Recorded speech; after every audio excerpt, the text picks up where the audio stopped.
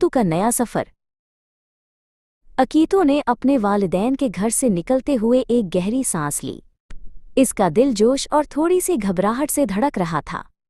College की जिंदगी और आज़ादी का ख्याल उसे एक नई दुनिया में ले जा रहा था।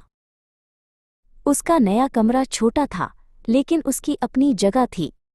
खाली दीवारें और सादा फर्नीचर उसे याद दिला रहे थे कि अब उसे सब कुछ खुद ही बनाना है।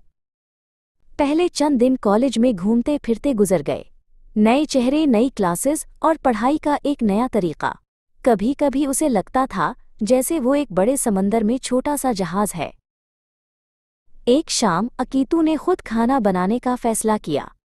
उसने अंडे और नूडल्स बनाने की कोशिश की, लेकिन नतीजा कुछ खास अच्छा नहीं निकला। किचन में हंसी की आवाज़ गूंज रही थी। एक दिन लाइब्रेरी में एक लड़की इसके पास आई। इसका नाम आवी था और वो बहुत दोस्ताना थी। क्या तुम नए हो? उसने मुस्कुराते हुए पूछा। आवी ने अकीतू को कॉलेज के बारे में बहुत सी बातें बताईं। उसने उसे बेहतरीन कॉफ़ी शॉप दिखाई और मुश्किल मज़ामीन में मदद की पेशकश की। आहिस्ता आहिस्ता अकीतू का कमरा इसका अपना घर बनने लगा।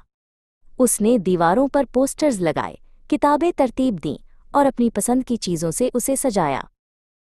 उसने अपनी पढ़ाई और समाजी ज़िंदगी के दरमियान तवाज़ुन कायम करना सीख लिया था। वो अब सिर्फ एक तालिबे इल्म नहीं था, बल्कि एक आज़ाद और जिम्मेदार नौजवान था।